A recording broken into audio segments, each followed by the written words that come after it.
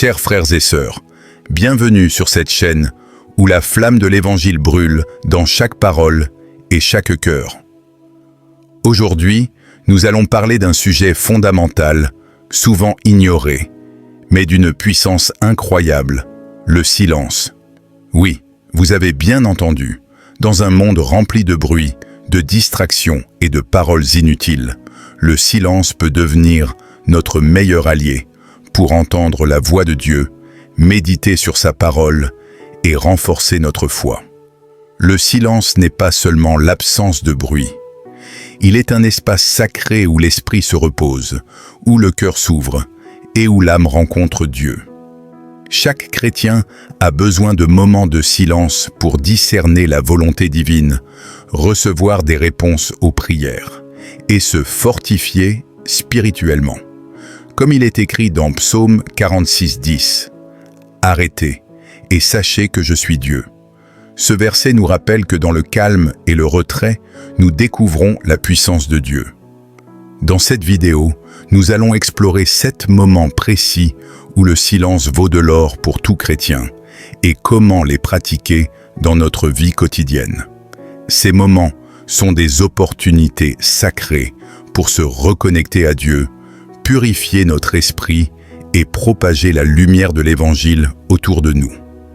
Alors, avant de commencer, abonnez-vous à cette chaîne, partagez cette vidéo avec vos proches et allumons ensemble la flamme de l'Évangile dans chaque foyer. Préparez votre cœur, ouvrez vos oreilles spirituelles et laissez le silence parler plus fort que n'importe quelle parole. Quand Dieu agit après le silence, il arrive un moment où le silence prend fin. Un moment précis, choisi par Dieu, où tout ce qui semblait bloqué commence à bouger. Ce jour-là, tu réalises que le silence n'était pas vide. Il était chargé de préparation. Quand Dieu décide d'agir, rien ne peut arrêter ce qu'il a préparé en secret. Après le silence, Dieu apporte la clarté. Ce qui était confus devient compréhensible. Ce qui te faisait douter commence à avoir du sens. Tu comprends alors pourquoi certaines portes se sont fermées, pourquoi certaines personnes sont parties, pourquoi certaines prières n'ont pas été exaucées immédiatement. Tout avait une raison. Tout faisait partie du plan. Quand Dieu agit, il agit souvent soudainement. Une opportunité apparaît, une situation change, une personne revient avec une réponse, une solution surgit là où tu n'en voyais aucune. Et tu te rends compte que ce qui semblait être un retard était en réalité un alignement parfait. Mais attention, quand Dieu t'élève après le silence, il observe aussi ton cœur. L'élévation est un test autant qu'une bénédiction. Rester humble dans la victoire est parfois plus difficile que rester fidèle dans l'épreuve. C'est pour cela que Dieu ne se presse jamais. Il veut s'assurer que ton cœur est prêt à supporter ce qu'il s'apprête à te donner. Après le silence, Dieu te donne aussi une mission. Ta victoire n'est pas seulement pour toi.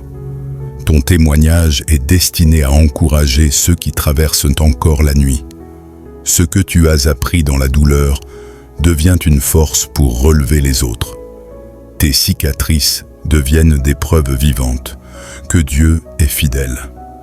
Ne sois pas surpris si, après le silence, certaines personnes ne comprennent pas ton élévation.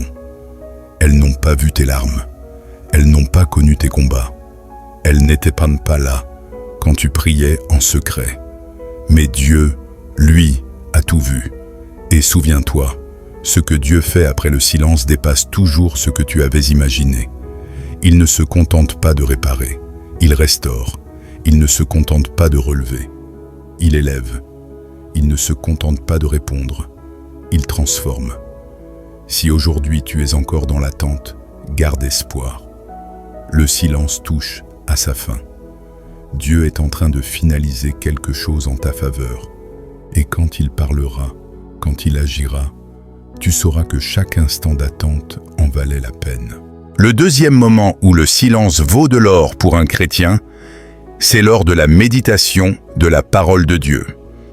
Beaucoup lisent la Bible rapidement, comme un simple livre, sans prendre le temps de laisser la parole pénétrer profondément leur cœur. Pourtant, la Bible n'est pas un texte ordinaire. Elle est vivante, elle est inspirée et elle parle encore aujourd'hui. Le silence est la clé qui ouvre la porte de cette révélation. Méditer la parole de Dieu, ce n'est pas seulement lire des versets. C'est s'arrêter, réfléchir, écouter et laisser Dieu parler à travers ce que nous lisons. Dans le silence, chaque mot prend du poids, chaque phrase devient un message personnel. C'est là que le Saint-Esprit agit, éclaire notre compréhension et transforme une simple lecture en une expérience spirituelle profonde. Dans Psaume 1:2, il est écrit que l'homme heureux médite la loi de l'Éternel jour et nuit. Cette méditation ne se fait pas dans la précipitation, mais dans le calme. Le silence permet à la parole de descendre de l'intellect vers le cœur. Sans silence, la parole reste en surface. Avec le silence, elle devient racine. Elle s'enracine en nous et produit du fruit. Lorsque vous ouvrez votre Bible, prenez quelques instants pour faire taire le bruit intérieur. Posez-vous des questions simples, mais puissantes. Seigneur, que veux-tu m'enseigner aujourd'hui? Quelle correction dois-je recevoir? Quelle promesse dois-je saisir par la foi? Puis, restez en silence. Ne forcez rien. Laissez Dieu agir. Très souvent, une phrase, un mot ou une image va toucher votre cœur d'une manière particulière. Ce n'est pas un hasard, c'est Dieu qui vous parle. Le silence pendant la méditation développe aussi la patience spirituelle. Il nous apprend à attendre Dieu au lieu de vouloir tout comprendre immédiatement. Dans ce temps calme, Dieu façonne notre caractère, affine notre discernement et nous prépare à faire de bons choix. Un chrétien qui médite la parole dans le silence devient stable, enraciné et difficile à ébranler, même au milieu des épreuves. De plus, la méditation silencieuse transforme notre manière de vivre. Ce que nous recevons dans le secret se manifeste au grand jour. Nos paroles deviennent plus sages, nos réactions plus mesurées, notre comportement plus conforme à l'Évangile. Le silence nous change de l'intérieur et cette transformation devient un témoignage puissant pour les autres. Frères et sœurs, ne sous-estimez jamais la puissance du silence devant la parole de Dieu. Prenez ce temps chaque jour, même quelques minutes. Éteignez les distractions, ouvrez votre Bible et ouvrez votre cœur. Ce silence nourrira votre foi, renforcera votre relation avec Dieu et allumera en vous un feu que rien ne pourra éteindre. Abonnez-vous, partagez cette vidéo et ensemble, continuons à propager la flamme de l'Évangile à travers la parole vivante de Dieu. Le troisième moment où le silence vaut véritablement de l'or pour un chrétien, c'est face aux provocations, aux conflits et aux paroles blessantes.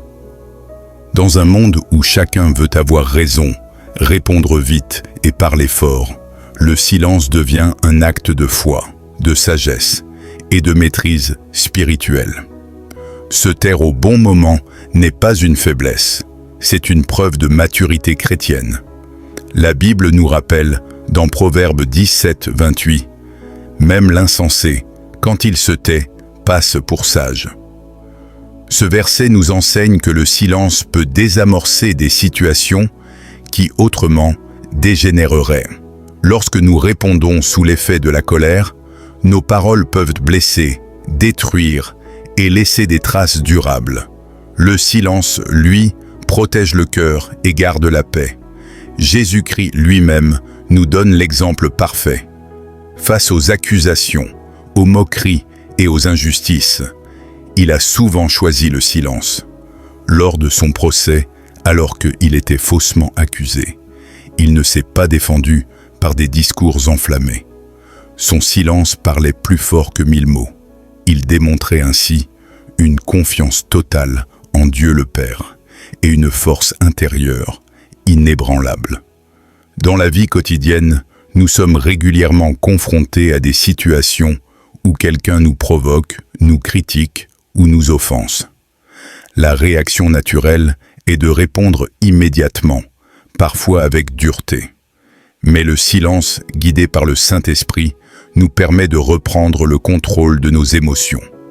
Il crée un espace pour réfléchir, prier intérieurement et choisir une réponse alignée avec l'Évangile. Se taire ne signifie pas approuver l'injustice, ni accepter le mal. Cela signifie choisir le bon moment et la bonne manière de parler. Le silence est parfois temporaire, mais il prépare une parole juste, douce et constructive. Comme le dit Proverbe 15:1, « Une réponse douce calme la fureur ». Sans silence préalable, cette douceur est difficile à atteindre. Le quatrième moment où le silence vaut véritablement de l'or pour un chrétien, c'est lorsqu'il cherche à entendre la voix de Dieu et à discerner sa volonté. Beaucoup de croyants prient, lisent la Bible et servent Dieu, mais prennent peu de temps pour s'arrêter et écouter. Pourtant, Dieu parle encore aujourd'hui, et très souvent, il le fait dans le calme et le silence du cœur. Dans le bruit du quotidien, responsabilités, réseaux sociaux, pression familiale et professionnelle, la voix de Dieu peut facilement être étouffée. Ce n'est pas parce que Dieu ne parle pas, mais parce que nous n'écoutons pas. Le silence devient alors un espace sacré où Dieu peut nous révéler sa direction, corriger nos choix et confirmer ses promesses. Comme il est écrit, « Mes brebis entendent ma voix ». Jean 10:27.